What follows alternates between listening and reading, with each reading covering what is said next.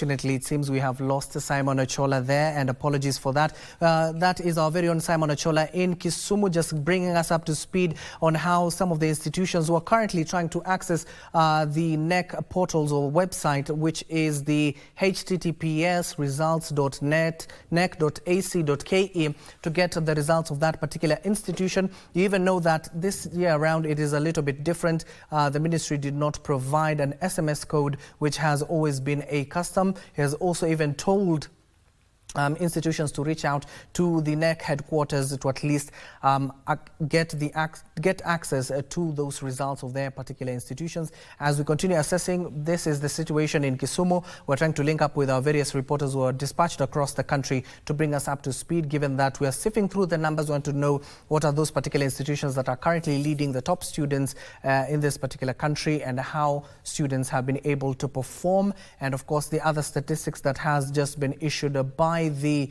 Ministry of Education is that slightly over 200,000 at least have scored a C+ and above, and over 2,000 results of certain students will be withheld due to exam malpractices. And of course, 91 people are being investigated, especially those who are overseeing those examinations due to exam malpractices. This is a story we're keeping an eye on. And of course, you can also engage us. Tell us how your son or daughter has performed through our various channels. Of course, KBC Channel 1 on all social media platforms at Abdiaziz Hashim 2. Now, with me on set right now is Kikech Kombo. He is an author of KCSE. He has interacted with this particular examination, as well as a CBC, mostly in the Department of Kiswahili and Geography. Kombo, thank you so much for joining us. It is a little bit different from previous years where we witnessed where the 2023 KCSE exams, you will even see the CS mentioning the top 10 students, the top 10 schools. Yeah. So how did you find this time around? Was it a little bit different from last year's?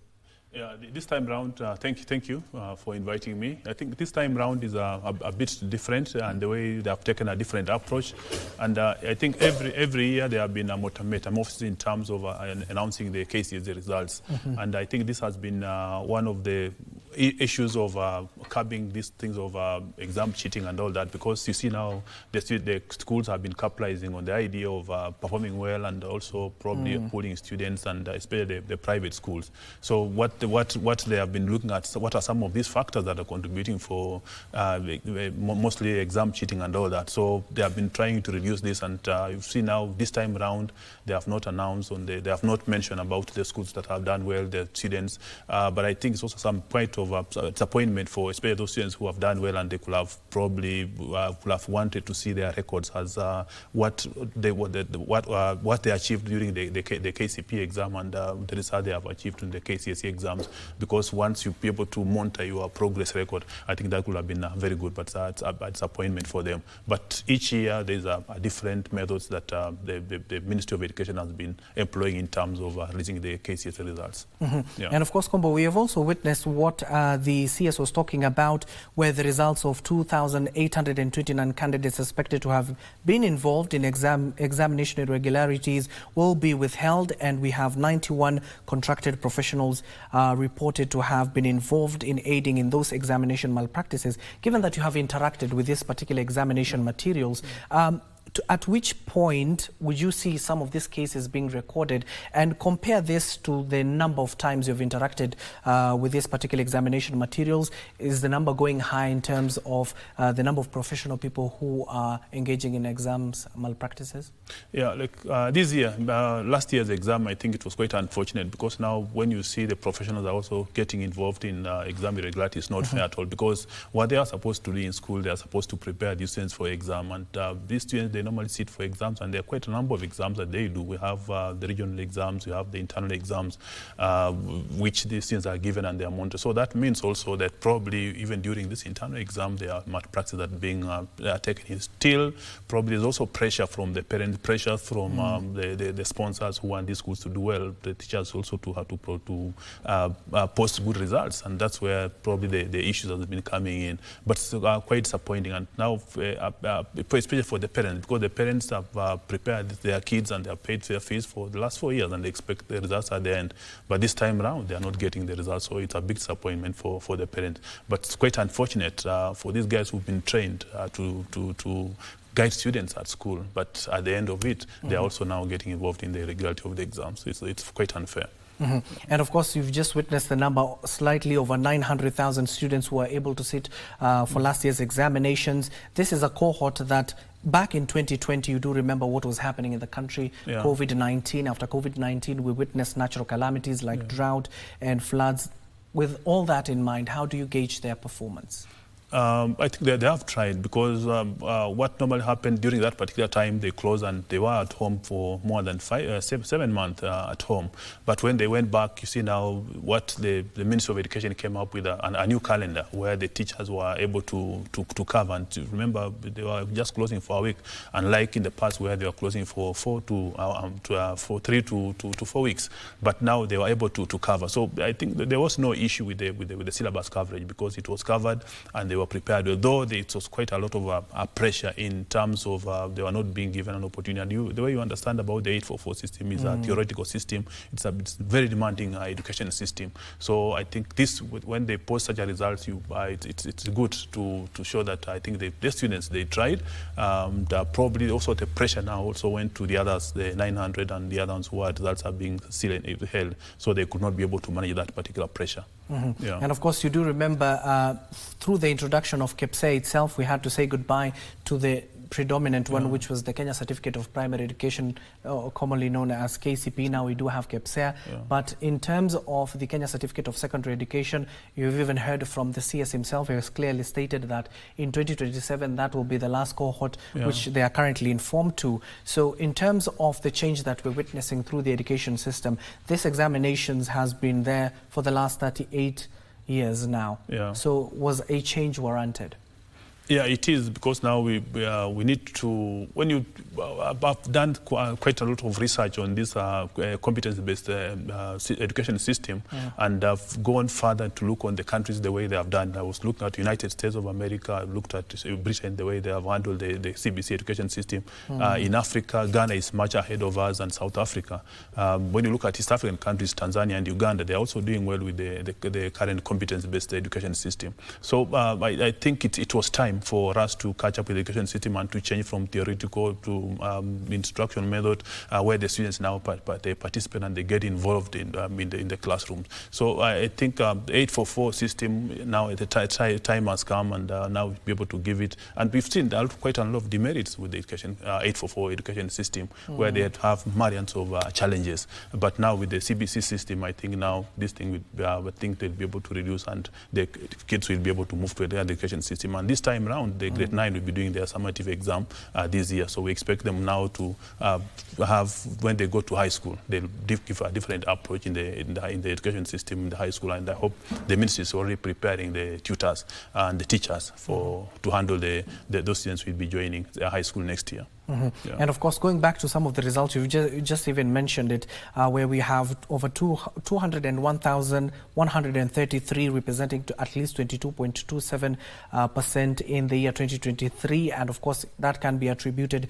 to the changing grading system.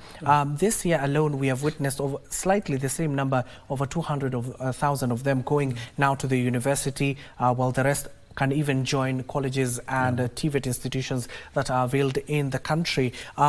In terms of being an expert and in terms of ensuring that the continuity is a little bit progressive, it's progressing, and in terms of the 100% transition that the government has to institute in all levels of education in the country, how do you see, or how do you gauge some of these students joining some of these particular institutions, given that we have seen in this particular current administration where the government is advocating more for TVET institutions to have skilled labor workers?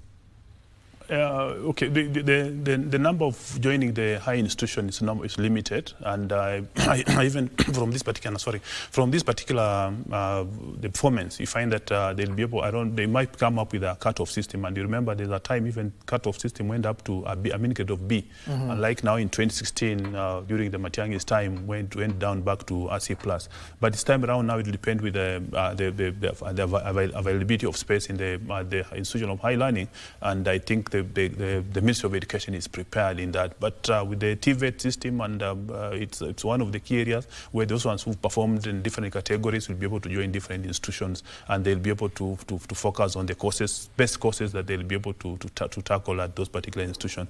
But now as the number increases, that means also the number of spaces facilities will be able to also be increased in the institution of high learning to be able to accommodate the number as it increases. Because also this thing is also in relation to our population. You see, population by then it was around 48,000. Now we are moving to 56 million people. Sorry, for 48 million. Now we are moving to 58 million. So every year they expect to have some additional spaces in this particular institution, and in institutions that be able to accommodate these graduates who are graduating from the high school.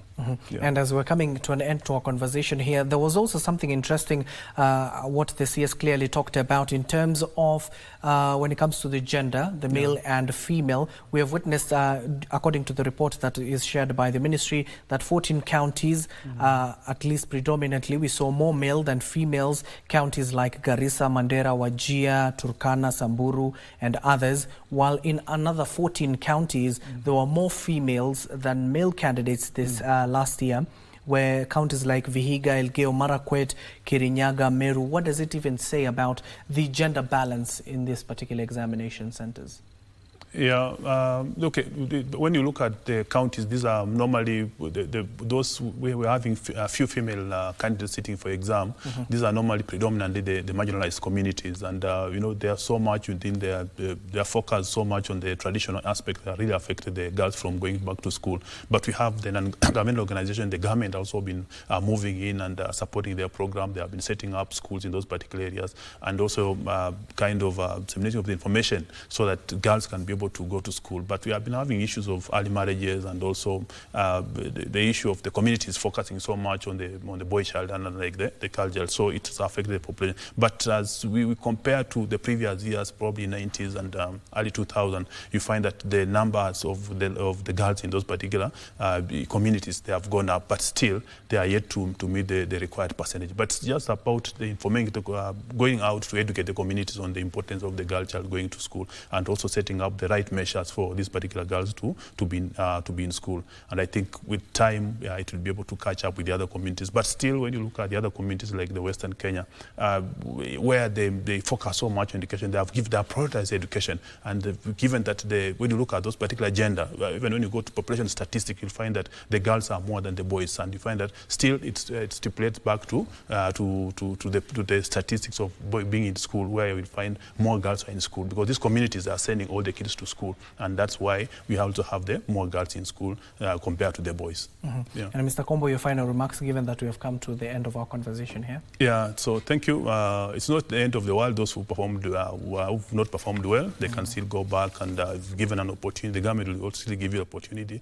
Those who didn't sit for the exam, I think the government has given them an opportunity. They'll set a date where they'll sit for the exam, so they should keep on revising. And still, one can join any college, and you do probably certificate, you go back, you do your diploma certificate, and you do your degree. So once you remain within what your target, will always be able to get it. Thank you. Thank you so much. That is Mr. Kikech Kombo. He is an author of this particular examinations that are even released today when it comes to Kiswahili and Geography. That is the KCSE and the, of course, competency-based curriculum itself. Thank you for making time for us. And of course, it's just clearly stated it is not the end of the world for the students who are currently receiving their results, and you have not progressed well or performed well in that matter, but it is not the end of the world. You've just heard there. And of course, the various institutions across the country are currently trying to even go to the Kenya National Examination Council website, given that that is the designated area where people have been asked to at least access the results of an institution or for your son or your daughter. Once again, talk to us. You can reach out to us on our various social media platforms at KBC Channel 1 and at Abdiaziz Hashim 2. Tell us about how your students have been able to progress. We're taking a short breather. When we come back, we'll update you on other stories making headlines at this hour.